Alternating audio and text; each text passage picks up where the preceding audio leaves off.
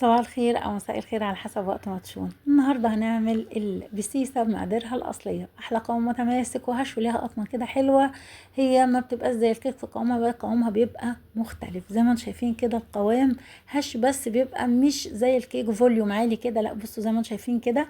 ريحتها خطيره عشان بالبرتقال زي ما انتم شايفين. يلا بينا بقى نشوف عملناها ازاي.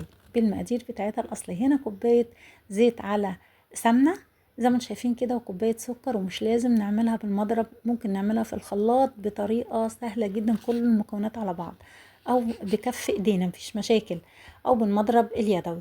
هنا 3 بيضات مع كوبايه السكر زي ما قلت لكم، او السكر ده على حسب الرغبه لو عايزين تزودوه. طالما بيض يبقى حطينا الفانيليا، وانا حطيت هنا فانيليا عاديه وفانيليا طبيعيه اللي هي قشر البرتقال زي ما انتم شايفين كده، بيدي ريحه خطيره.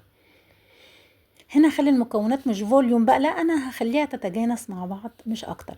هنا معلقه خل، لان الخل محسن طبيعي مع البيض لرفع البسيسه، لان قوامها بيبقى تقيل شويه واحنا محتاجين عوامل رفع للبسيسه.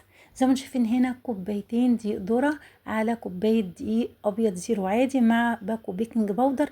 ليه انا حطيت دقيق زيرو كوبايه؟ لان عشان ما تبقاش تشرق كده واحنا بناكلها، لا يبقى طعمها متجانس كده وحلو زي ما انتم شايفين كده. وهنا كوبايه عصير برتقان، عايزه نص برتقان على لبن مفيش مشاكل، عايزه لبن بس البرتقان بيديها ريحه طعمه في منتهى الجمال. زي ما انتم شايفين كده انا قلبت المكونات كلها زي مع بعض كده، وجبت الصينيه دهنتها بزيت او بسمنه مفيش مشاكل، وبرشه من الدقيق، ونفضت الصينيه تاني وحطيتها زي ما انتم شايفين، وبشره برتقان من فوق الوش، وحطيتها في الفرن.